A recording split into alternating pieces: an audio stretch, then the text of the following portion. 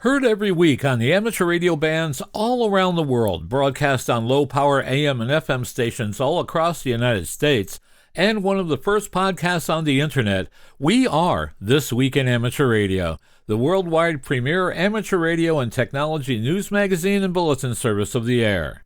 Here are the stories for release around the earth as we come to air with edition number 1392 of This Week in Amateur Radio. The amateur radio community rallies around Hurricane Melissa, providing critical ground truth observations as well as passing health and welfare traffic. The League calls on the General Mobile Radio Service operators to help pass the Emergency Preparedness Act now before Congress. The ARRL November sweepstakes is about to get underway. The 2026 ARRL Foundation Scholarship Program is now accepting applications. The Livonia Amateur Radio Club will commemorate the 50th anniversary of the sinking of the USS Edmund Fitzgerald. The newly elected president of AMSAT outlines the organization's future directions. A century of broadcast radio is celebrated by amateurs in Latvia. An amateur radio receiver reveals unsecured transmissions and privacy issues coming from supposedly secure satellites. Special event operators remember the War of the Worlds, Martian invasion, and operate from Grover's Mill, New Jersey. AMSAT is now offering students of any age free membership subscriptions. And is AMSAT Oscar 7 the oldest amateur radio satellite in orbit? The answer to that question, and a lot more, is straight ahead in today's edition of This Week in Amateur Radio. These headline stories will come to you in a moment along with this week's special features. We'll visit with Bruce Page, KK5DO, and get an update from AMSAT and what's new with all of those amateur satellites in orbit. Australia's own Onno Ben's shop, VK6FLAB, and Foundations of Amateur Radio will tell us about going around in circles one way, or a brief look at RF circulators. Our own amateur radio historian, Will Rogers, K5WLR, returns with another edition of A Century of Amateur Radio. This week, Will takes us aboard the Wayback Machine to the year 1923, where amateurs were making transoceanic contacts and experimenting with the shorter wavelengths. This is part one of a two-part episode entitled The Fourth Time's the Charm. And we will stop by and visit with Bill Sawyers, AJ8B in the DX Corner, with all the latest news on DXpeditions, DX, upcoming radio sport contests, and a lot more. That's all straight ahead as North America's premier amateur radio and technology news magazine and bulletin service, This Week in Amateur Radio, takes to the air right now.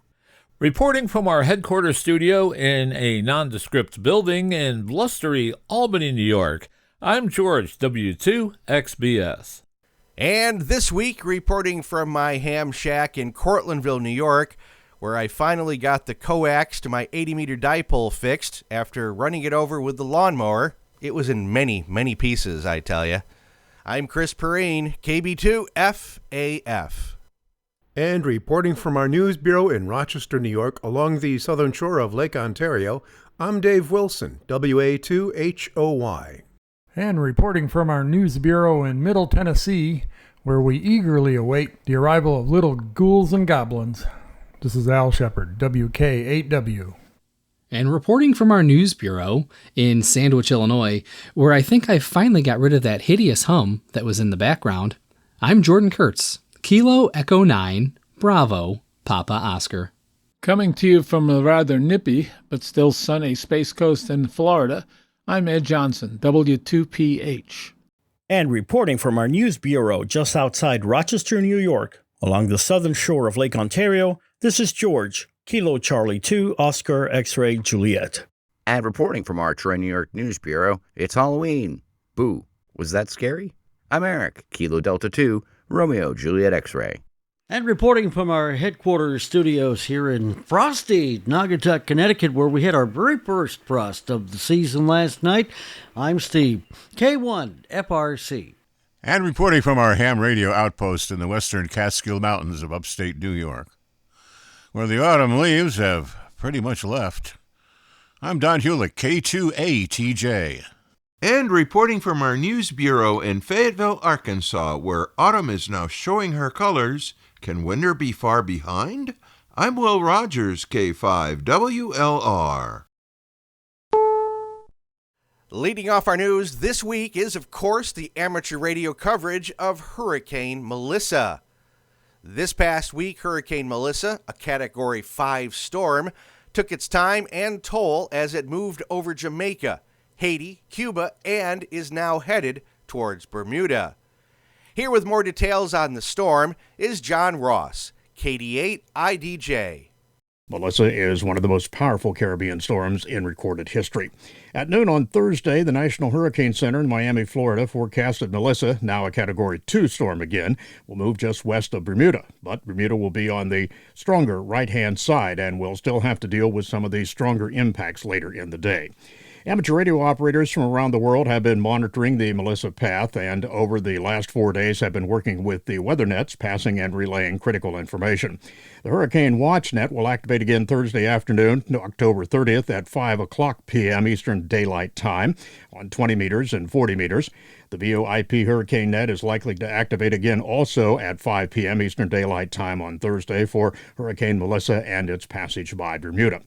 Radio Amateurs of Canada, RAC, has been actively monitoring Hurricane Melissa. RAC urges all Canadian amateur radio operators to protect the frequencies currently being utilized for disaster response on HF bands. I'm John Ross, KD8IDJ. ARRL will continue to publish regular reports from radio amateurs supporting these operations. ARRL has called on General Mobile Radio Service, or GMRS operators, to join its grassroots campaign to pass the Amateur Radio Emergency Preparedness Act.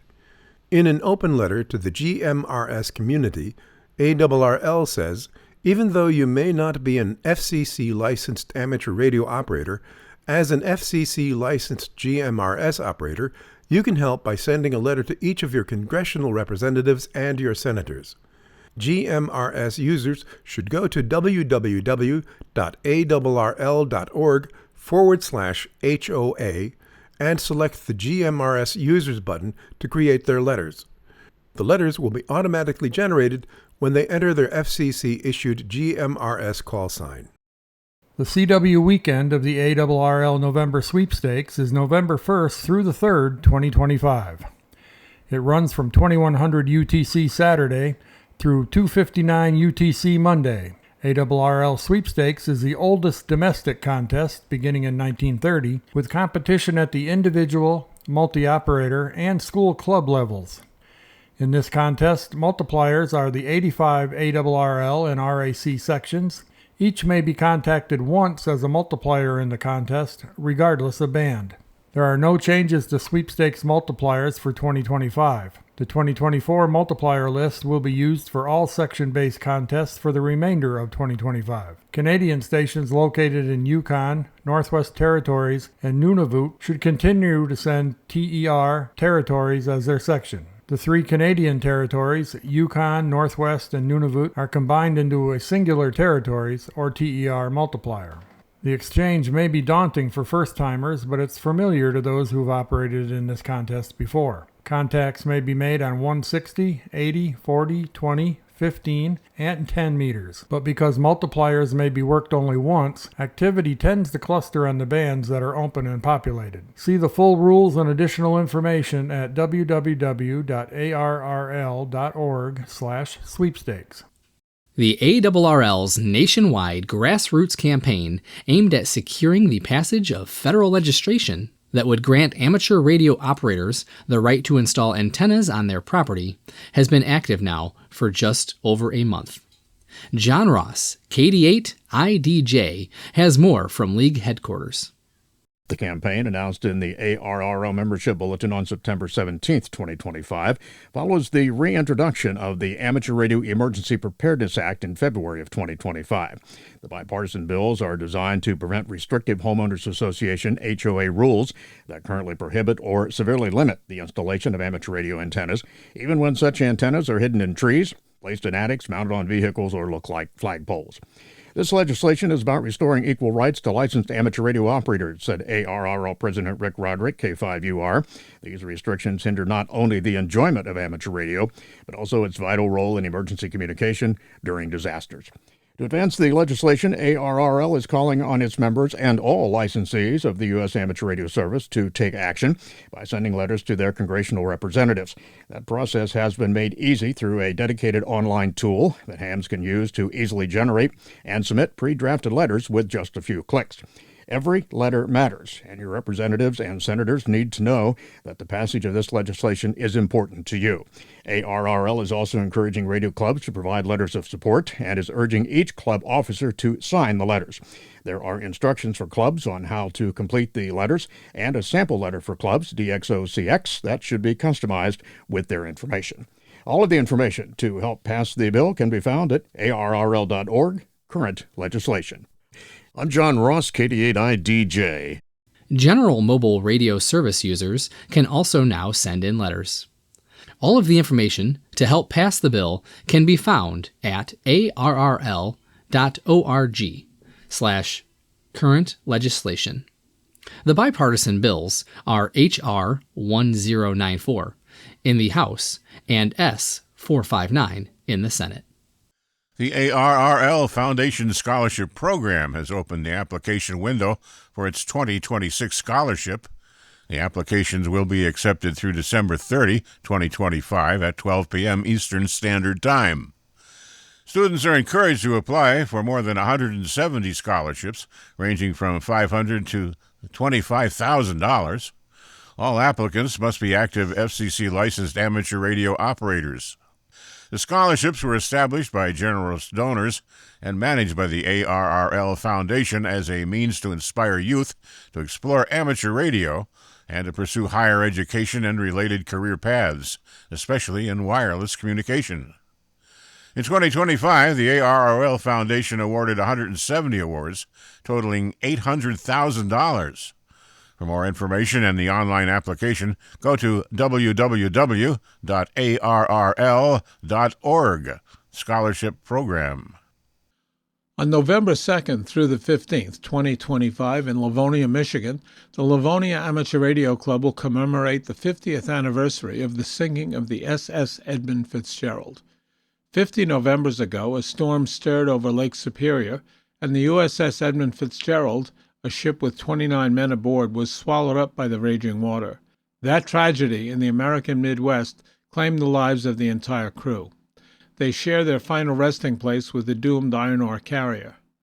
These men are not buried and forgotten, however. Their friends, relatives, and former neighbors are among those who participate every year in an on-air tribute organized by the Stillwater Amateur Radio Association.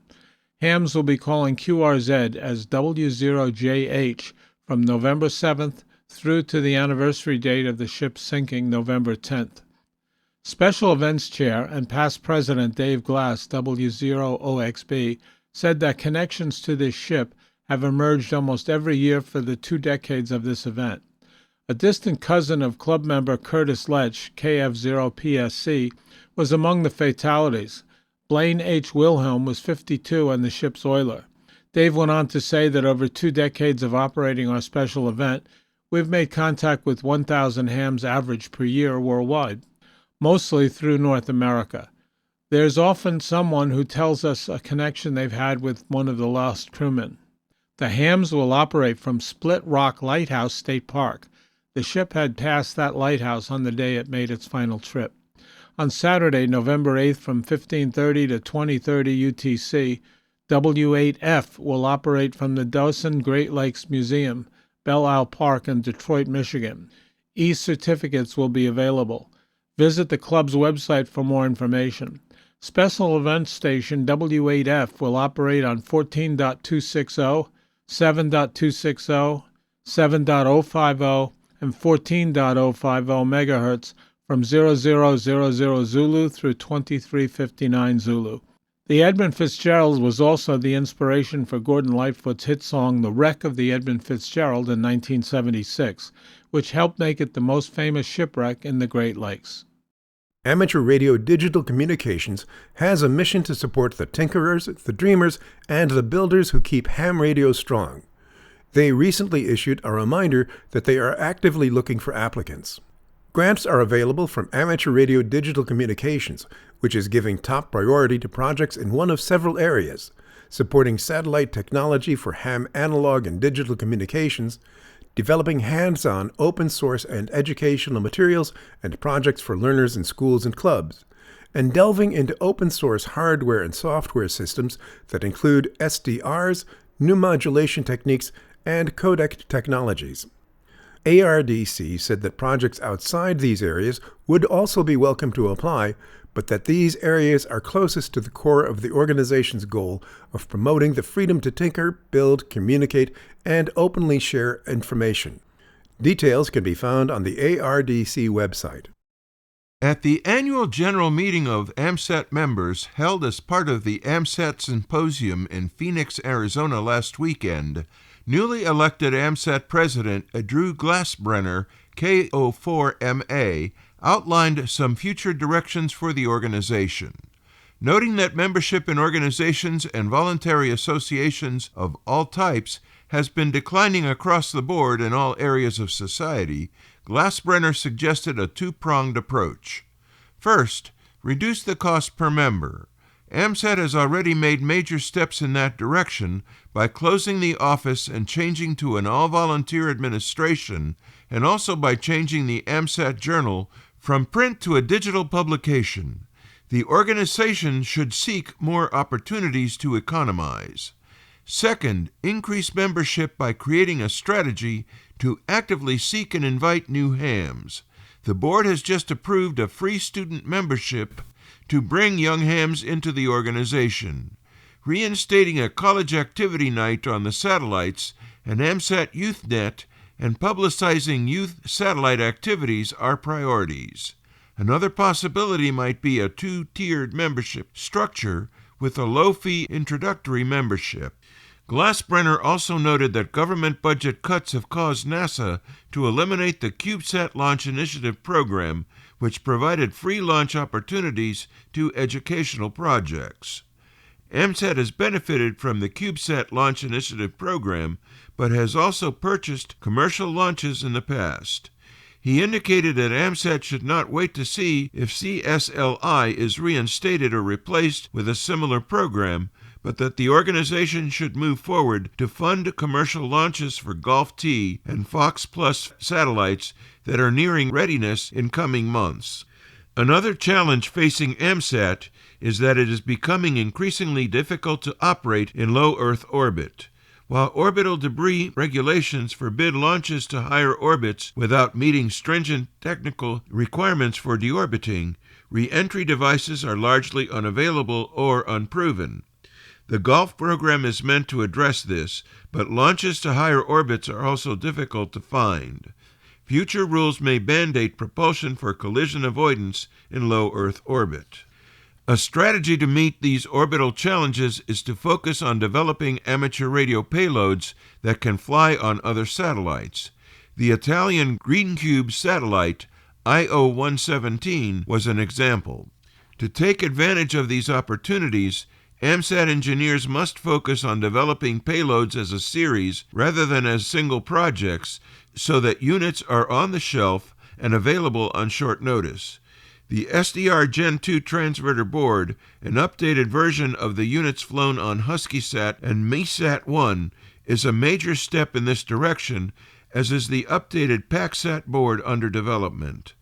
The Golf and Fox Plus programs are also being crafted to create satellites in a series with iterative improvements and an up-tempo launch cadence.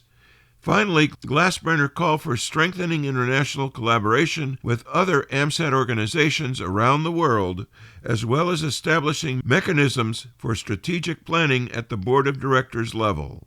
His address was received enthusiastically by those in attendance. At its annual meeting in Phoenix, Arizona, the AMSAT Board of Directors elected Drew Glassbrenner, Kilo Oscar 4, Mike Alpha, President. Glassbrenner succeeds Robert Bankston, Kilo Echo 4, Alpha Lima, who had served as AMSAT's president since 2020 and earlier this year announced his intention to step down. Glassbrenner had previously served as AMSAT's Vice President of Operations since 2006 and as Director for many years. As an enthusiastic operator, Glassbrenner earned Satellite DXCC, worked all states, AMSAT Gridmaster, and has over 2,100 VUCC satellite grids. He is also a proud father of 2 young hams, Kilo Oscar 4, Uniform Yankee Echo, and Kilo Quebec 4, Sierra Juliet Mike. Additionally, Glassbrenner serves as a member of the International Amateur Radio Union Satellites Frequency Coordination Panel and advises university CubeSat teams on frequency coordination and licensing issues. The Board of Directors also elected the following officers for the next year. Executive Vice President Paul Stotzer, November 8, Hotel Mike. Vice President Operations Mark Hammond, November 8, Mike Hotel. Vice President Engineering Jerry Buxton, November 0, Juliet Yankee. Treasurer Steve Belter, November 9, India Papa. Secretary Doug Tabor, November 6, Uniform Alpha. Additionally, the President appointed the following officers. Vice President Educational Relations Alan Johnson, Kilo Uniform 2 Yankee. Vice President Development Frank Karnauskas, November 1, Uniform Whiskey.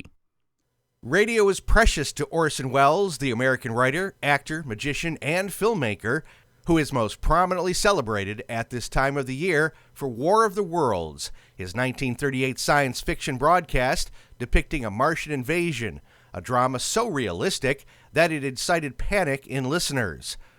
War of the Worlds was back on the radio recently, but this time it was amateur radio. The fictional Martians may not have had their antennas tuned, but members of the Delaware Valley Radio Association did as 16 operators called CQ for several hours in a public park in Grover's Mill, New Jersey, the site where the original broadcast radio drama played out in 1938.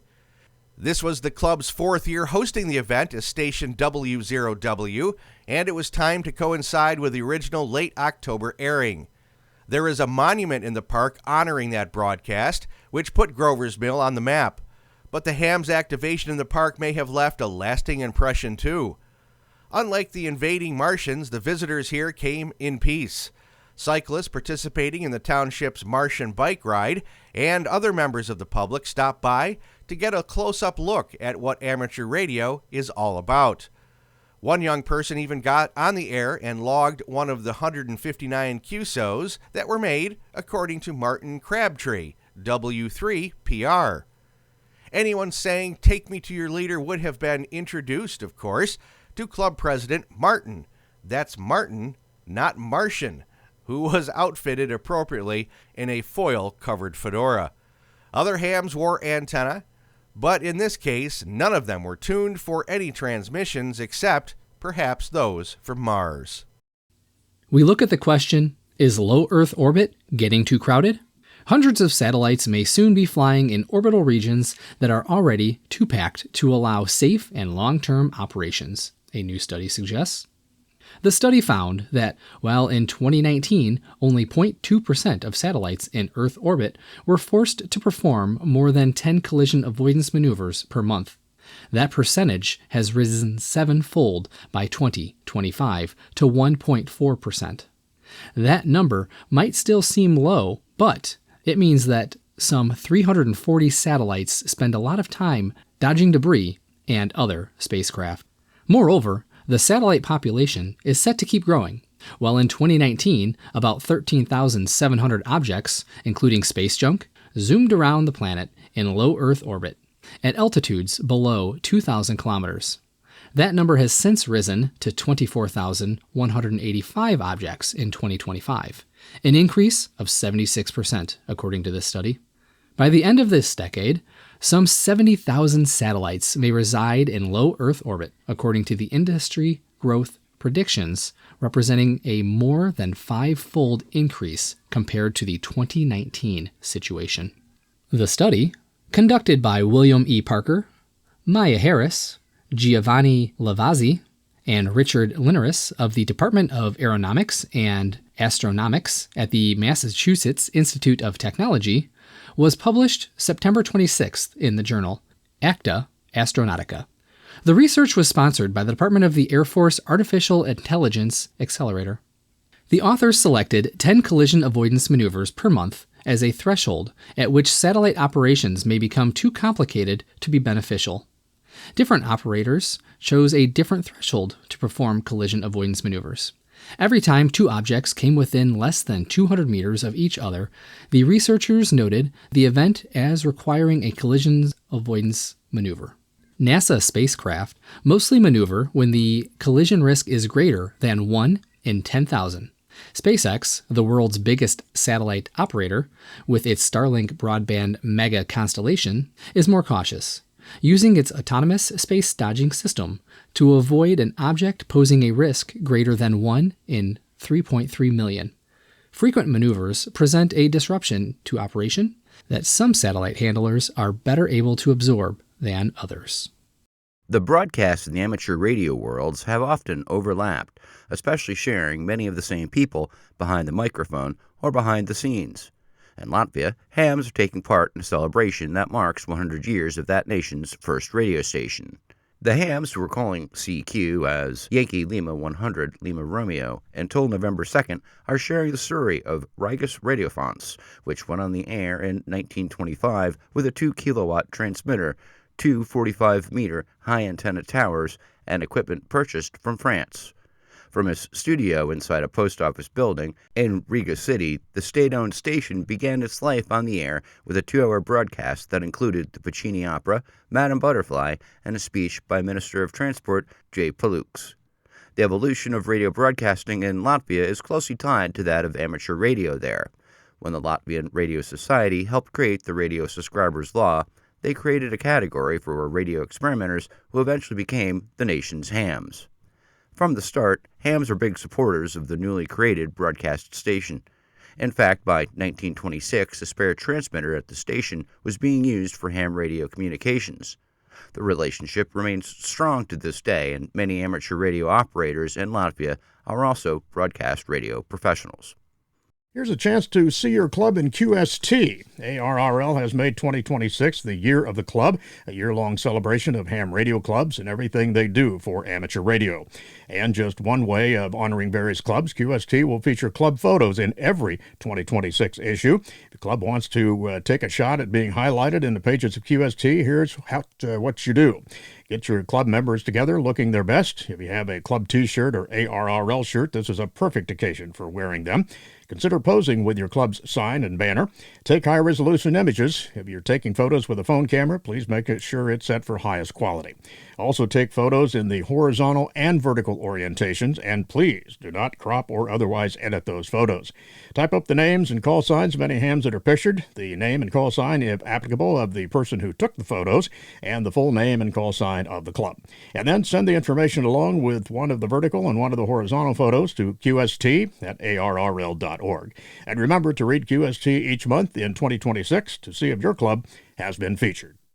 At its annual meeting in Phoenix, Arizona, the AMSAT Board of Directors unanimously voted to offer student memberships at no cost. Free student memberships are offered for individuals under the age of 25 enrolled in an educational program from primary school through a master's degree. The benefits of an AMSAT student membership include a 1-year-long digital subscription to the AMSAT Journal and discounted prices on certain items in the AMSAT store. Interested students may sign up for their no-cost membership at launch.amsat.org/membership. Hello and welcome to the DX Corner for your weekly dose of DX. I'm Bill, AJ8B. If I sound a little froggy tonight, it's because I have a sore throat, which I would attribute to allergies, so hopefully it'll clear up. The word for this week is beverage antenna. A beverage antenna is a long, low wire, often hundreds of meters long, that lies close to the ground and is used to receive radio signals. It's known for its excellent directional properties and low noise, making it ideal for weak signal reception on lower frequencies. The antenna consists of a single wire, often 1 to 2 meters above ground, sometimes on the ground, a resistor used as a terminator at the far end, and a feed line, usually coax cable, at the near end to connect to the receiver. It receives best from the direction of the terminated end. The termination absorbs signals from the opposite direction, giving the antenna its directionality. The advantages of a beverage are very low noise compared to verticals or dipole antennas, excellent directivity used for rejecting unwanted signals, and it is simple and inexpensive to build. The disadvantage is that it requires a lot of space, works best for reception, not transmission, and it typically needs a good ground system or ground rods. This antenna was named after Harold Beveridge, who invented it around 1921 while working for AT&T on transatlantic radio reception. Now, I will tell you the part about having it be hundreds of meters long isn't always correct. I have one that's about 400 feet long, and it's just literally laying in the grass, terminated on one end, and I use it on 160, and it actually does improve the reception.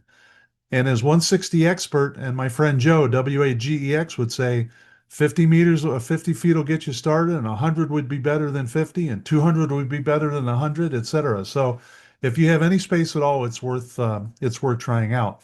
And if you listen to the end of the episode tonight, you will have an opportunity to get details on how to build this and a few other 160 meter antennas. The following DX information comes from Bernie, W3UR, editor of the Daily DX, the Weekly DX, and the How's DX column in QST. If you would like a free 2-week trial of the Daily DX, your only source of real-time DX information, just drop me a note at thedxmentor@gmail.com.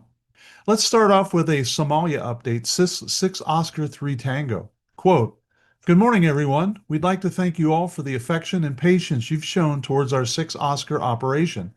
Despite the high noise level, we're moving forward with great personal satisfaction, sometimes at the expense of the usual CW single sideband modes, but often it's a necessary choice. We're enjoying good openings on the 6 meters band toward Europe, around 1100 GMT, with a few shorter ones toward Asia as well. In the afternoon, around 1500 GMT, the 6 meter band will open again. We've been transmitting for the second night in a row on 80 meters and have logged several nice QSOs. In the coming days, we will likely make some tests on 160 meters, although we don't have any expectations for success there, but we'll give it a try. Finally, we've been receiving many emails about call corrections and typing errors. Our apologies, but this is not the right time. All such requests will be handled once we're back home. And I happened to be around the other night, and I heard them come up and was able to work them right away. Kind of forgot they were on, so I got lucky. I'll take it, but I did get lucky. The Papa Juliet 6 Yankee adventure is now QRT. After an amazing weekend participating in the CQ Worldwide Single Sideband 2025 contest, the PJ6 Yankee adventure is coming to a close. Our young operator team achieved an incredible milestone, over 55,000 QSOs. Quote, "On behalf of the PJ6 Yankee 2025 team, I would like to thank all of you who took the time to work us," said Greg, W6IZT. "A special thanks goes out to our sponsors and supporters. This expedition would not have been possible without your generous help and encouragement," end quote. And if you got to hear them, they did a fabulous job. They were all over the place and easy to work. So here's an update from 5 Radio, which is Madagascar. The Italian DXpedition team, led by Silvano, Italy 2 Yankee Sierra Bravo, announced a new activity from Madagascar until November 12th as 5 Radio 8 Tango Tango, utilizing CW, sideband, and RIDI, and is FR8XX on FT8. A team will be operating with 4 stations from 160 to 6 meters, and you can QSL Madagascar via I2YSB. Sierra Leone. The X3 Charlie 2 Mike Delta team managed to plan another DXpedition as 9 Lima 8 Mike Delta until November 10th. The team will be active as 9 Lima 8 Mike Delta from 160 through 6 meters using CW, sideband, and RIDI. And you can QSL 9 Lima 8 MD to IK2 VUC. More new activity, Burundi 9 Uniform. Members of the Russian DX team, with Vasily R7AL as team leader, will be active as 9 Uniform 1 Radio United until November 20th. The plan is to be active with 7 stations from 160 to 6 meters using high power, and you can QSL via Club Log. And again, that's 9 Uniform 1 Radio United. So here's something from Kosovo, Zulu 6. Look for S58MU and S50X as Zulu 66 India Papa Alpha until November 3rd. They will be operating from 160 through 10 meters, and you can QSL the Kosovo operation to Sugar 58 Mike Uniform. And finally, we have an update on VU4 Andaman Island. The World DXpedition team will be QRV until November 7th from 3 POTA locations. The team will be QRV with 5 stations 24/7. Quote, needless to say, the support of the corporate and private sponsors are essential to make this DXpedition a success. The team's priority will be to make as many QSOs as possible and offer the highest exposure as possible for our sponsors. Corporate or club sponsors donating $1,000 or more in cash or equipment will be recognized on our QSL cards and website. All private sponsors and Patreons will be listed on the website, end quote. The DX Mentor podcast YouTube channel features a new episode this coming weekend. It's about the ASME Foundation and the great contributions of the famous Ward Silver N0AX. Check it out on YouTube and let me know what you think. He is really an unbelievable off-scale guy and just a great guy to talk to. If you want to follow all the latest DX podcast and YouTube releases, you should check out the DX Mentor Facebook page and subscribe to be kept up to date on all of the DX activities. So I have a quick contest update. I know that the ARL contest sheet is read elsewhere in the podcast, and the contests that I mention are sometimes redundant. However, there are a few contests that I have found to be especially useful for DXers who are trying to fill band slots or work an all-time new one.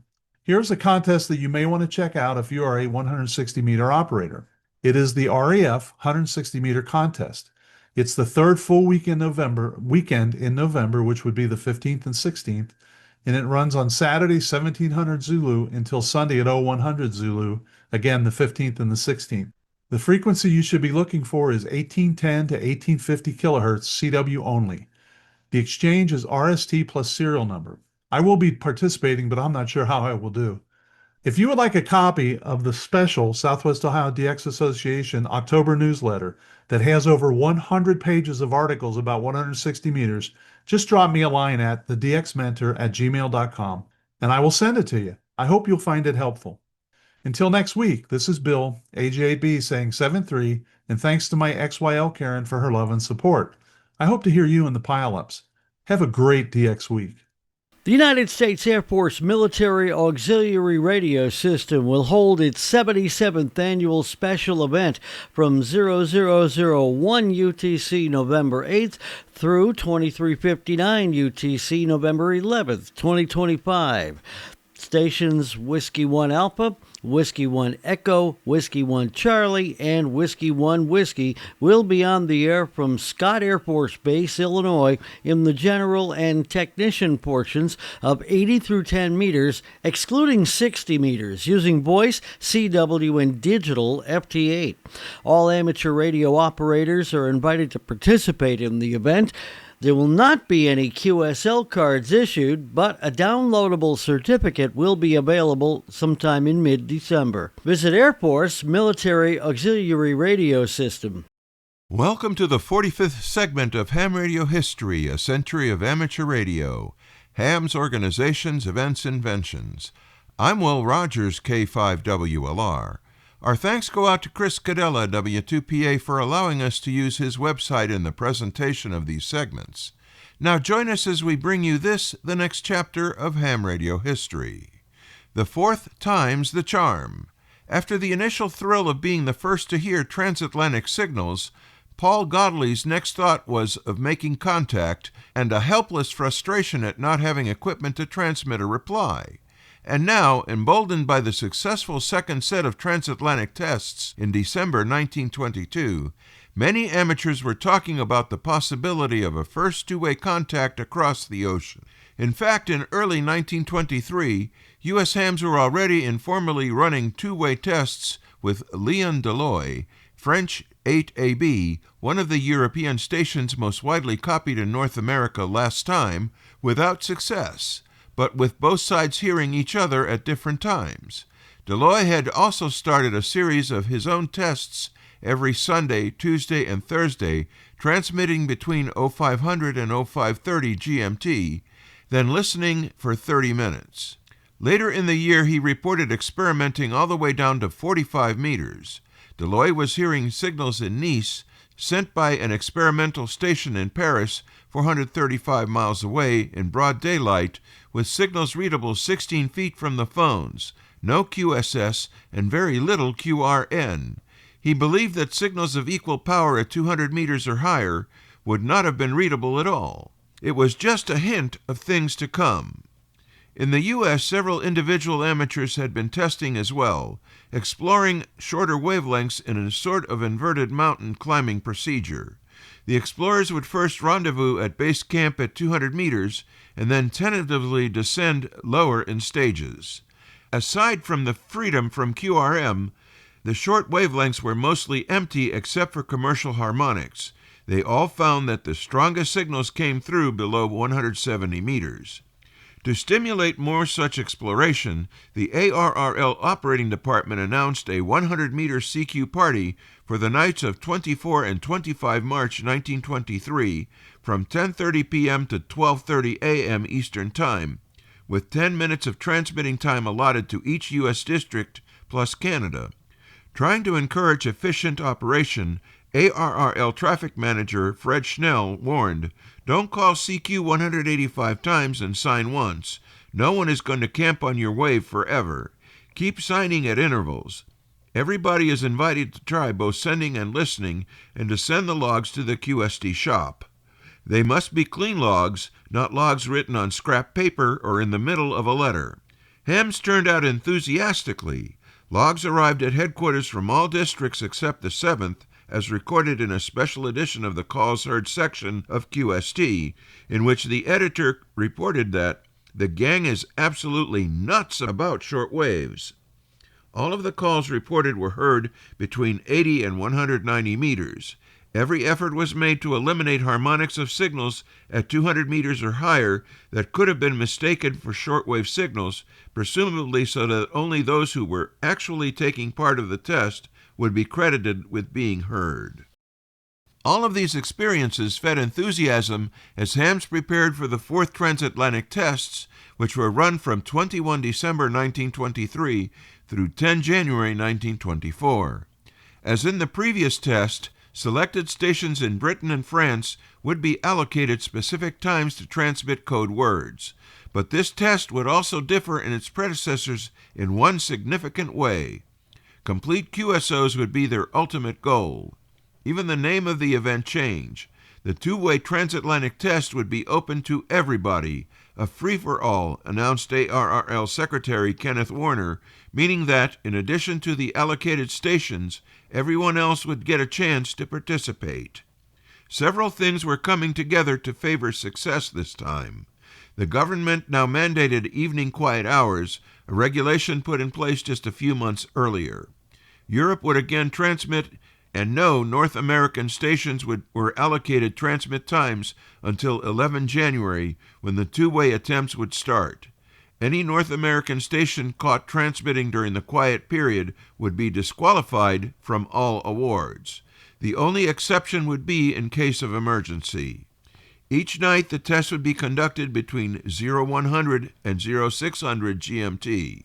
During the first 2 hours, any amateur in Europe could transmit between 180 and 220 meters.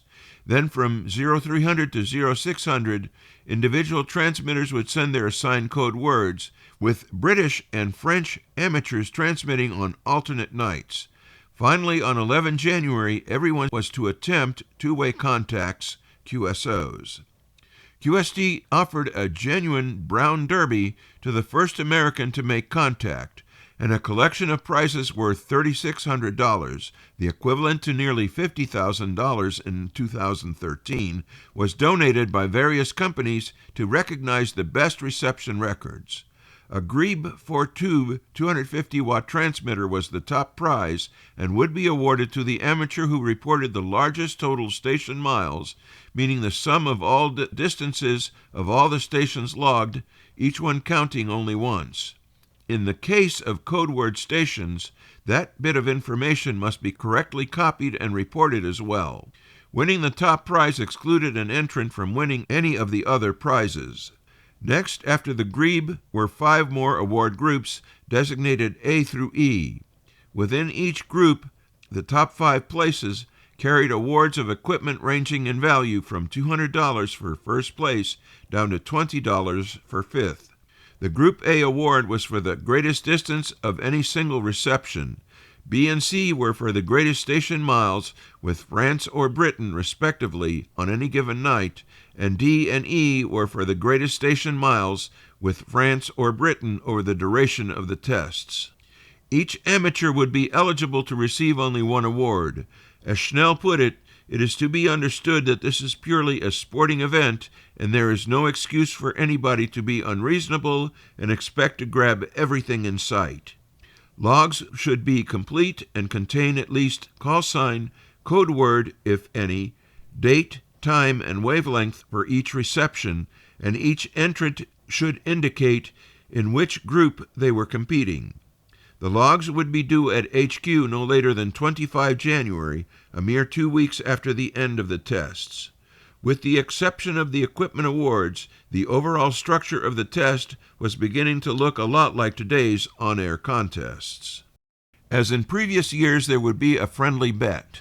This time, Schnell would wager on the outcome with UK equipment maker and radio amateur W.W. Burnham. Schnell suggested the stakes would be a pair of green suspenders based on any challenge Burnham cared to name. They ended up betting a nice clock that at least 12 stations from Europe would be heard in North America. Recalling the QRM problem in the previous tests, Warner stressed the need for discipline during the upcoming round.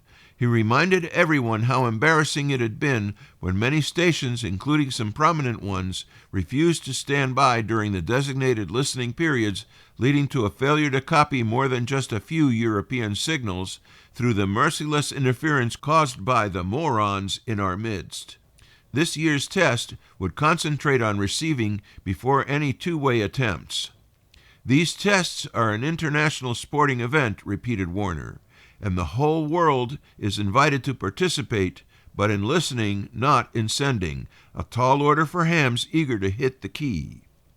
One amateur taking the challenge particularly seriously was Leon Deloy, 8AB, who spent a month traveling in the U.S. attending the ARRL convention and visiting various American amateur radio stations in order to study them and prepare his own station, which he hoped would be one side of the first amateur two-way contact between Europe and North America. He knew of several other hams in France also building 1KW stations specifically for the tests and wanted to get an edge over his competitors. It will be more than a radio achievement. It will be one more tie of friendship between the two great nations which have been brought so close together by the late war, he wrote. Seeing the same level of enthusiasm in the U.S. as in France, Deloy also took note of the differences in amateur operations in the two countries. For one thing, the average amateur was much younger in the U.S. For another, on-air operation was more businesslike in that U.S. amateurs concentrated on message handling, which was not even allowed in France, whereas the French amateurs emphasized experimenting. Transmitters in the U.S. were often remotely controlled, but in France they were nearby where operators could get their hands on them, as an experimenter should. American amateurs optimized their receivers for ease of operation, useful in message handling, whereas in France they emphasized sensitivity and had receivers that were most of the time spread all over the table, wrote Deloy, which led to difficulties in adjustment and lower reliability, but I think we very nearly get the maximum sensitivity possible out of our sets, and most of us like far better to experiment with new hookups whenever we please than to sit night after night in front of the same nicely finished cabinet. He thought it quite a shame that Spark was still allowed in the U.S. It had been banned in France. The building, the traveling, the conversations, the research, a year or more of patient, painstaking preparation was all coming together in the fall of 1923. But the wait for the January transatlantic two-way tests proved to be too long for Monsieur Deloy. We'll continue this segment next week. Included in this material are quotes from the following. Kenneth B. Warner, Two-Way Tests with Europe, QST, March 1923, page 13. French work on 45 meters, radio communication by the amateurs, QST, October 1923, page 50. S. Cruz, exploring 100 meters, QST, March 1923, page 12. Calls heard, QST, May 1923, page 75. F. H. Schnell, the Fourth Transatlantic Tests, QST, December 1923, page 9. Kenneth B. Warner, Achievement, editorial, QST, January 1924, page 7. Kenneth B. Warner, Be a Sport, editorial, QST, December 1923, page 7. Leon Deloy, My Impressions of American Amateur Radio, QST, December 1923, page 17. We tip our TWIAR cap to Chris Cadella, W2PA, for granting us the use of his website's materials. Ham Radio History, A Century of Amateur Radio, Ham's Organizations, Events, Inventions, as we prepared this segment. I'm Will Rogers, K5WLR, reporting for This Week in Amateur Radio. Foundations of Amateur Radio. The other day I saw a post by fellow amateur Gary, November 8 Delta Mike Tango, who mentioned an RF circulator and a Pluto SDR in the same sentence. Amplified by a response from a fellow Aussie electronics engineer, Ozeng, who helpfully added a link to a Wikipedia article about circulators, it finally twigged that I had such a gadget in my possession, and for the first time I realized how I might use it. Now, before I continue, I'll preface this with a disclaimer. This is a hand-wavy description of what this very interesting device does. Ozeng calls it absolute witchcraft, and that's an apt description if ever I've heard one. Imagine for a moment a radio with separate transmitter and receiver connectors, attached to the same antenna using a T-piece. As in, there's a run of coax coming from each connector joined together with a T-piece which in turn is connected to an antenna. The aim of this, don't do this at home contraption, is to avoid the need for two antennas. But, and it's a big one, doing this will very likely destroy your receiver the moment you transmit for the first time, because likely half the transmission will go to the antenna, while the other half makes its way to the receiver, which is not going to be something you want to happen, unless you like the smell of magic smoke. You might think that adding an attenuator, something that reduces the power on the receive port, would help. Well, yes, it would, but as a side effect it would also reduce the signal coming from the antenna. At that point you'll decide you need a switch. Initially you might switch this manually, but that's a pain if you're wanting to transmit and receive continuously, and need to remember in which position the switch is in. The next step is to use an electronic switch, like a relay. It can trigger based on some signal from the radio when it's transmitting and turn off the receive path during a transmission. This raises an issue with delay. Do you trigger just before you hit the PTT, as in time travel, or do you delay the transmitter until after the relay has switched, which will cut off the beginning of your transmission? You'll likely have heard this kind of issue when listening to a station using an external amplifier. Their signal either jumps from low power to high power after they key up, or you miss the beginning of their call sign. Not to mention that if you get the delay wrong, you'll blow up the receiver. Fun for people watching, not so much for the equipment owner. Even if you get the timing right, you cannot transmit and receive at the same time. Of course, an obvious solution is to have two antennas, but soon you'll discover that when you're transmitting and receiving on the same frequency, even using two antennas, you'll have the exact same issues. It's why the local 10-meter repeater here in Perth, Victor Kilo 6 Romeo Hotel Foxtrot, has the transmitter in one location and a receiver 12 kilometers away, connected to each other via a 70-centimeter radio link. Other solutions in this space are cavity filters, duplexes and diplexes. These all require that the transmit and receive frequencies are different, and the equipment is generally tuned to a specific pair of frequencies. Physically, cavity filters can be massive, not to mention fragile.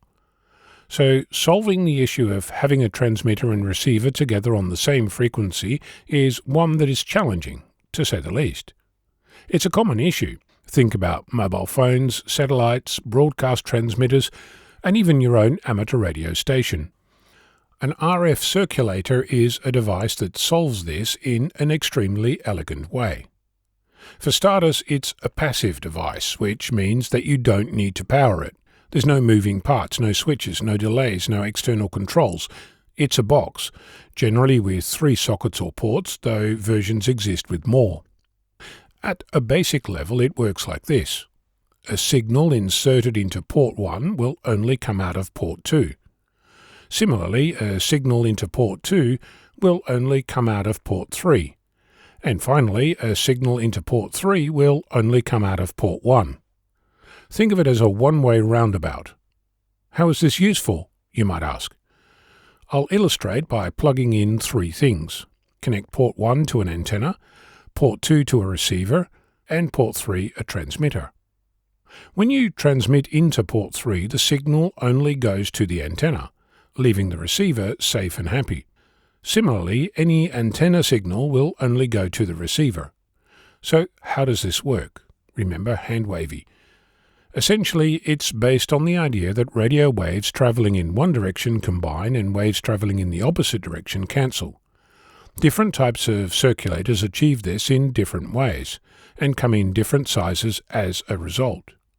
The RF circulator I have is roughly 60 mm square, 30 mm thick, weighing in at most of half a kilogram, and as far as I know, intended for operation around 850 MHz. If I recall correctly, it came out of a CDMA mobile phone tower. The parameters that describe an RF circulator are the frequency range, the insertion loss, or how much signal gets lost getting from port 1 to port 2, the isolation, or how much signal leaks between port 1 and port 3, and a couple of others. Hopefully, I'll be able to use a nano VNA or Pluto SDR to get a sense of what these values are and confirm the frequency range. Now, if that doesn't blow your mind, wait until I tell you about the 200-year history that accompanies it. I'm Ono, Victor Kilo 6, Foxtrot Lima, Alpha Bravo. The Radio Society of Great Britain is excitedly announcing the launch of the RSGB mobile app. This fantastic members benefit allows them to enjoy RADCOM, RADCOM Basics, and RADCOM Plus wherever they are. Complementing the RSGB's existing web app, with the new mobile app, users can save editions to read offline, bookmark articles to enjoy later, and have seamless access to extra digital content. With easy-to-use navigation, the app is the one-stop shop for RSGB publications. For our RSGB members tuned today, you can download it via the Apple app and Google Play stores, or go to rsgb.org for links. The Canadian Radio, Television and Telecommunications Commission will no longer require broadcast radio stations to renew their license as part of a rule it said it has adopted to help stations save money and shrink administrative burdens. The Commission said it was hoping the action would amount to a boost for terrestrial broadcasting, which, while facing challenges recently, nonetheless remains a vital source of news, information, and culture. A report on the Radio World website said that the open-ended licenses will replace those that presently have a maximum term of 7 years. The Commission will phase in the new licensing framework as the stations apply for their renewals. In a statement, the CRTC assured broadcasters that station monitoring would still be vigilant despite the switch to the open-ended licenses. Compliance reviews, which traditionally have occurred at the time of license renewal, will instead be conducted as needed. The Georgia Tech Amateur Radio Club, W4AQL, hosted its largest ever amateur radio boot camp at the Hive Makerspace, welcoming more than 45 students for a full day of hands-on learning, presentations, and license testing on October 18th. With more details on the boot camp, we go to League headquarters where John Ross, KD8IDJ, files this report. The boot camp introduced Georgia Tech students to the fundamentals of amateur radio through interactive sessions on electronics, antennas, digital communications, and safety practices. Participants explored how radio connects science, engineering, and community service in an accessible and exciting way. And throughout the day, attendees took part in radio-themed Kahoot trivia challenges, talked with operators from local clubs, and learned how to continue their journey in amateur radio. The club also awarded 20 portable handheld radios to newly licensed students and winners of the Kahoot trivia to help them get on the air right away. Our goal was to make radio approachable and engaging, said Club Vice President Matthew Lyon, KN4MXH. We want every student who walks in curious to leave passionate, ready to explore, and grow in this hobby. The highlight of the day was a free FCC technician license testing program coordinated by the Atlanta VE team. Thanks to their dedication and smooth coordination, 44 students earned their amateur radio licenses, achieving an impressive 98% pass rate. Founded in 1912, the Georgia Tech Amateur Radio Club is one of the oldest collegiate amateur radio organizations in the country. The club continues to promote education, experimentation, and service through campus outreach and collaboration with the Atlanta radio community. I'm John Ross, KD8I-DJ. The success of the boot camp has set the foundation for a large-scale student training and licensing program in future semesters. W4AQL plans to continue offering hands-on learning opportunity, license upgrade sessions, and technical workshops that blend Georgia Tech's academic strengths with the practical side of amateur radio. Student-run boot camps don't just teach radio, they also build momentum for youth on the air, explained the club president, Audrey McElroy, KM4BUN. We hope that these and future attendees will become tomorrow's operators, Elmers, and net controllers. Bruce Page, KK5DO, is here now with this week's AMSAT report. Bruce? Thanks, John. Are you in college or a university? If you have a ham station at the school, see if they have satellite equipment, because AMSAT is going to be starting back the college activity night. AMSAT will also be starting a youth net geared towards the younger crowd and led by some of our young satellite operators. Did you miss the AMSAT Symposium? It is available on YouTube on the AMSAT channel. Just do a search for 43rd AMSAT and you will find Day 1, Day 2, and the annual general meeting. All of the talks were done by those volunteering their time. Whether it was the programming of the IHU, designing the placement of parts on one of the boards, building the boards and testing them, or designing something new for the satellites, this cannot be done without the volunteers. If you're interested in helping design and build the next generation of satellites, get in touch with us on our website, amsat.org. Click on Get Involved, and then Volunteer for AMSAT. You never know where your talents fit in. This is Bruce Page, KK5DO. Back to you, John. And thanks, Bruce, for that report. It is time for this week's look at solar weather and the terrestrial propagation forecast. Solar activity has decreased to very low levels. Region 4266 exhibited signs of slight development as it gained asymmetric penumbra surrounding its trailing spots. Meanwhile, Region 4267 underwent decay, losing several leading spots. Additional activity included a coronal mass ejection off the northeast limb on October 29th. An associated Type 2 radio sweep was reported with a coronal mass ejection. However, SUVI 195 imagery revealed the coronal mass ejection to have originated on the far side. Also, an approximate 12-degree filament eruption, centered near N27W24, was observed becoming unstable beginning October 29th.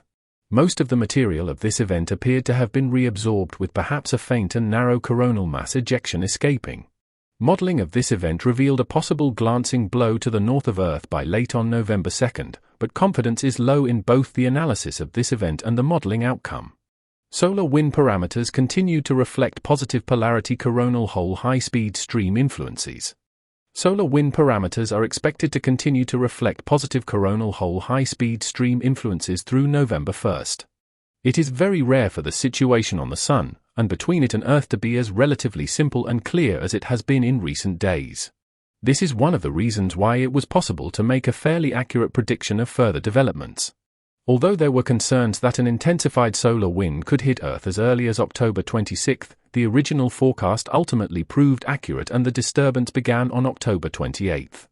The last weekend in October was thus marked by relatively good conditions for radio wave propagation on all shortwave bands. Regular helioseismological observations of the far side of the Sun are closely monitoring the only two currently active regions on the Sun. They will begin to emerge on the eastern edge of the solar disk in the first half of next week, which will immediately be reflected in an increase in solar flux. This may peak around November 10th, but it seems that it will happen sooner. The increase in solar activity during the usual favorable seasonal changes alone will result in improved conditions for shortwave propagation. With a little luck, the improvement could peak around November 8th, when the next increase in geomagnetic activity can be expected. Solar activity is expected to be at moderate levels until November 15th due to the return of region 4246. Low levels are expected to prevail from November 14th through the 22nd as multiple regions depart the visible disk. For more information concerning radio propagation, visit the ARRL Technical Information Service, read a quick guide to HF propagation using solar indices, and check out the propagation page of Karl Luetzelschwab, K9LA. For customizable propagation charts, visit the vocap online for ham radio website. Just ahead in radio sport this week on November 1st, the IPARC contest, that's CW. November 1st and 2nd, the UKEIDX contest, that's single sideband and phone. On November 1st to the 3rd, it's the ARRL Sweepstakes contest, CW. November 2nd, the IPARC contest, single sideband, phone there. November 3rd, the RSGP 80-meter Autumn Series, that's data and digital. And on November 4th, the ARS Spartan Sprint, that's CW. November 5th, the UKE ICC 80-meter contest, that's phone. And on November 8th through the 9th, the ARRL EME contest, that's CW phone and digital. And remember to visit the ARRL contest calendar for more events and information. Upcoming section, state, and division conventions on November 1st, the Stone Mountain Hamfest hosting the ARRL Georgia State Convention, that's in Lawrenceville, Georgia. On November 15th, the Superstition ARC Superfest and Electronics Expo hosting the ARRL Arizona State Convention. That's in Mesa, Arizona. And on December 12th and 13th, the Tampa Bay Hamfest hosting the ARRL West Central Florida Section Convention. That's in Plant City, Florida. And remember to search the ARRL Hamfest and Convention database to find more events in your area. It is time for this week's edition of AMSAT Satellite Shorts from All Over. And we start this week in Crimea, where a giant radio telescope in Crimea used in the past to support missions to Mars and Venus and attempt to contact alien civilizations has been destroyed in a drone attack. Ukrainian Defense Forces took down the 70-meter or 240-foot antenna dish to prevent Russian forces from using it to guide attacks on its territory. The RT-70 radio telescope has been under Russian control since the annexation of the Crimean Peninsula in 2014. In late August, footage emerged captured by a drone slamming into the 50-year-old radio telescope. The drone, according to Defense Express, aimed at the 200-kilowatt transceiver at the heart of the telescope. The custom-made receiver produced in 2011 in Moscow during the last major upgrade of the telescope will be hard to replace, Defense Express said, meaning Russia will not likely be able to repair the antenna anytime soon. Next comes word that the Orion spacecraft for the Artemis II mission has been installed on its Space Launch System rocket as preparations for the circumlunar flight continue despite a government shutdown. Orion rolled over to the Vehicle Assembly Building late October 16th after completing work at another building at the center. That included having its launch abort system attached to the top of the capsule. At the Kennedy Space Center, where Artemis II launch preparations are taking place, 989 of the center's 2,075 civil servants are accepted from furloughs, although they are currently not being paid. Roughly 4,000 NASA employees, over 20% of the agency, have left in the past 6 months. Some were fired or retired early. Many took voluntary buyouts. In all cases, the root cause was the same: orders from on high to prepare for devastating budget cuts. And our final story, AMSAT is pleased to announce 2 new recipients of the prestigious Gridmaster Award. Jean-Pierre Plessis, KQ4DO, earned Gridmaster Award number 75 on October 6, 2025, and Dwight Fletcher, N1RCN, became recipient number 76 on the same date. The Gridmaster Award is presented to amateur radio operators who confirm all 488 Maidenhead grid squares in the continental United States via satellite, a milestone that requires years of persistence and dedication. This accomplishment highlights both the operating skill of the awardees and the vital role of portable operators who activate rare grids. Only a very small group of amateurs have achieved this distinction, making it one of the highest honors in satellite operating. Congratulations to Jean-Pierre and Dwight on their outstanding achievements. The 20th anniversary ARRL online auction, sponsored by RT Systems Incorporated, went off without a hitch on October 10th through the 16th, 2025. The auction saw bidders vying for product review equipment, vintage books, mystery junk boxes from the ARRL lab, and more. 1,395 bids were recorded, with 12 items finishing in overtime bidding. The top 3 items with the most bids are as follows: 32 bids on the mystery duffel bag, 29 bids on the Kenwood SSB transceiver TS520, and 28 bids on one of the ARRL lab junk boxes. This year's ARRL online auction grossed more than $36,000. Proceeds from the yearly ARRL online auction support ARRL's education programs. We would like to express our sincere appreciation to RT Systems Incorporated and to members for your generous donations. The FCC has continued its actions against foreign-owned laboratories that test imported electronics for sale and use in the USA. Just days before the shutdown that affected much of the U.S. government, including the FCC, the Commission announced that the 4 laboratories, like the 11 the Commission denied in early September, were controlled by Chinese interests. That makes for a total of 15 such labs rejected so far by the FCC's Office of Engineering and Technology, as part of the administration's goal to give U.S.-owned companies the responsibility of certifying electronics for import and sale in the U.S. All approved equipment must demonstrate that it is not a threat to U.S. national security and must comply with FCC standards. This move is the latest following the Commission's adoption in May of the order. At the time the order was announced, the FCC disclosed that about 75% of all electronics sold in the U.S. are being tested by Chinese labs. The log submission deadline for the first ever DX Marathon Sprint, which was held between October 18 to October 27, is November 2nd of 2025. Everyone is eligible to participate as there's no registration required. To upload your amateur data interchange format log, go to entry.dxmarathon.com. Those who participated in the CQ Worldwide Single Sideband Contest over the past weekend are perfect candidates to participate in the sprint. Everyone will receive a beautiful certificate that will highlight your accomplishment. The year-long DX Marathon program has been around for many years. If you wish to participate in the DX Marathon, you can submit ADIF files for contacts made throughout of all of 2025. You can continue to submit as many times as you wish throughout the end of the year. The deadline for the final 2025 DX Marathon log submission is January 6.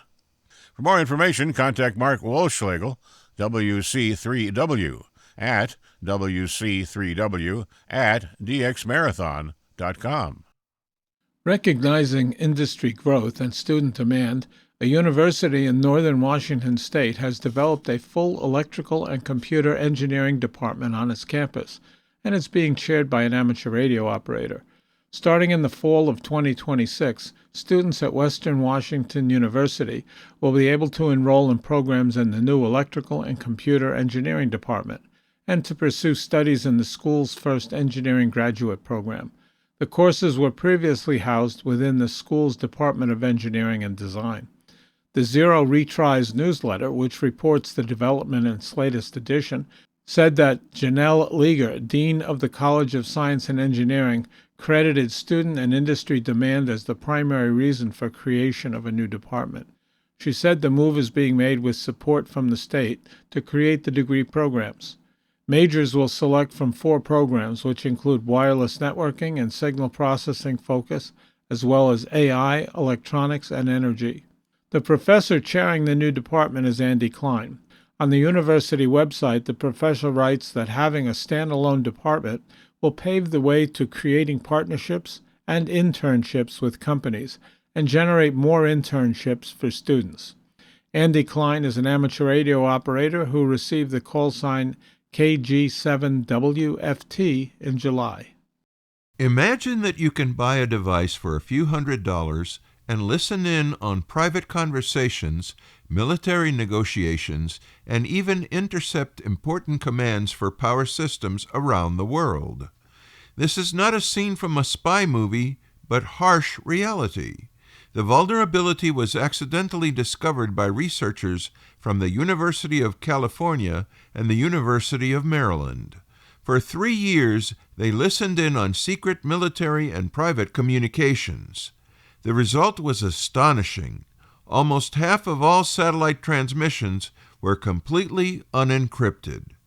Analysis of the intercepted traffic showed that the following was transmitted over the open airwaves: private phone calls and SMS messages from T-Mobile customers, Wi-Fi data from airplanes, critical commands for managing power grids and oil platforms, military and police reports revealing troop locations and details of secret missions. This discovery completely destroys the myth of the safety and security of satellite communications. Governments and corporations rely on these systems, considering them to be reliably secure. In fact, the risks are much more serious than just a breach of confidentiality. This vulnerability can be used as a weapon to track troop movements, sabotage vital infrastructure, and steal data on a massive scale. The most disastrous aspect is that scientists analyzed only 15% of the total traffic, meaning that the actual scale of the problem could be much greater. This issue affects more than just the military and big business. Your personal calls, messages, and internet traffic on airplanes are often routed through satellites. If the connection is not encrypted, your data becomes accessible to anyone. Even worse, hackers can create fake base stations that mimic satellite signals and connect your phones to them without your knowledge.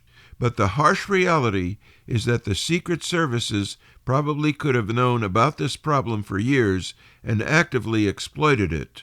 Without large-scale global efforts, vast amounts of our most sensitive data will continue to be made publicly available, remaining easy prey for those who want to intercept it. 2 Russian cosmonauts are back inside the International Space Station after conducting a spacewalk to install a semiconductor materials experiment, as well as retrieve and jettison a no longer needed camera from the exterior of the orbiting complex. Expedition 73 commander Sergei Ryzhikov and flight engineer Alexei Zabritsky, both with Russia's Federal Space Corporation, Roscosmos, marked the end of their first extra-vehicle activity together. Ryzhikov and Zabritsky installed the drum-shaped unit, ran power cables, and mounted a swappable cassette. The experiment is intended to demonstrate the ability to produce very thin materials, too thin to be made reliably on Earth, that can go from the microgravity environment of outer space to being used in semiconductors. Their primary task completed, Ryzhikov and Zabritsky then made their way to the Zvezda service module to remove and dispose of a high-definition television system that was originally a part of a Canadian commercial payload. Zabritsky then stood at the end of the European robotic arm and tossed the camera overboard toward the rear of the space station, ensuring it would not come back in contact with the outpost. If you plan next year to attend the Radio Friedrichshafen in Germany, you may wish to set aside a day and do some sky gazing that has long been a companion to amateur radio. Astro, an astronomy trade fair, is making its premiere next year. The Exhibition Center will be home to the Large Ham Radio Trade Fair from June 26th through the 28th and will be welcoming amateur astronomers and technology hobbyists on June 27. Space is being set aside in Hall B1 for a trade fair focusing on astronomy, astrophotography, and related activities, giving hams and others many more worlds to explore. And our final story this week will attempt to answer the question, is AMSAT Oscar 7 or AO7 still the oldest amateur radio satellite in orbit? AMSAT Oscar 7 or AO7 is the second Phase 2 amateur radio satellite constructed by the Radio Amateur Satellite Corporation, or AMSAT. It was launched into low Earth orbit on November 15, 1974, and remained operational until a battery failure in 1981. After 21 years of apparent silence, the satellite was heard again on June 21, 2002, 27 years after launch, and it continues to be used by amateurs daily even now. For a couple of decades, AMSAT has been able to proudly boast that this bird is the oldest operating satellite in space. However, that record has been challenged. After 47 years of silence, LES-1, a satellite launched by the U.S. Air Force and MIT's Lincoln Laboratory in 1965, began transmitting again. Its signals were detected by Phil Williams, G3YPQ, from North Cornwall in southwest England on December 18, 2012, verified by other members of the Hearst Group, Flavio AB Arcangelo PY2ZX in Brazil on December 22, 2012, and Mathis Bopp DD1US in Germany on December 27, 2012. In 1963, NASA's Lincoln Laboratory embarked on a groundbreaking mission to build and demonstrate military space communication systems under Project West Ford. This effort led to the development of the Lincoln Experimental Satellites, a series of satellites designed to test high-frequency communication capabilities in space. LES-1 launched on February 11, 1965, and was the first of these satellites. While LES-1 had ambitious goals, its operational success was limited. LES-1 was supposed to achieve a series of technical milestones, including demonstrating the viability of super high-frequency communications in orbit. However, due to miswiring in its ordnance circuitry, the satellite never achieved its intended orbit, and its communication system ceased operation by 1967. According to Williams, LES-1 was determined to be tumbling with a rotation rate of once every 4 seconds, as determined by distinctive fading of the signals, causing its solar panels to intermittently block and unblock the satellite's power source. It is possible that after 47 years, the batteries failed in a manner that allows them to carry charge directly through to the transmitter on 237 megahertz, allowing the satellite to resume transmissions when it is in sunlight. The satellite continues to be operational as tracked by the SatNOGS network. The return of LES-1 after being lost in space for so many years presented a fascinating challenge for scientists. The satellite, now referred to as a zombie satellite, had somehow come back to life, despite decades of dormancy. This sparked curiosity within the scientific community, and a team from Lincoln Laboratory, where LES-1 was originally developed, set up a system to track and record the satellite every time it passed over their campus. The question remains, what caused this satellite to come back to life? The most plausible explanation centers around an electrical anomaly.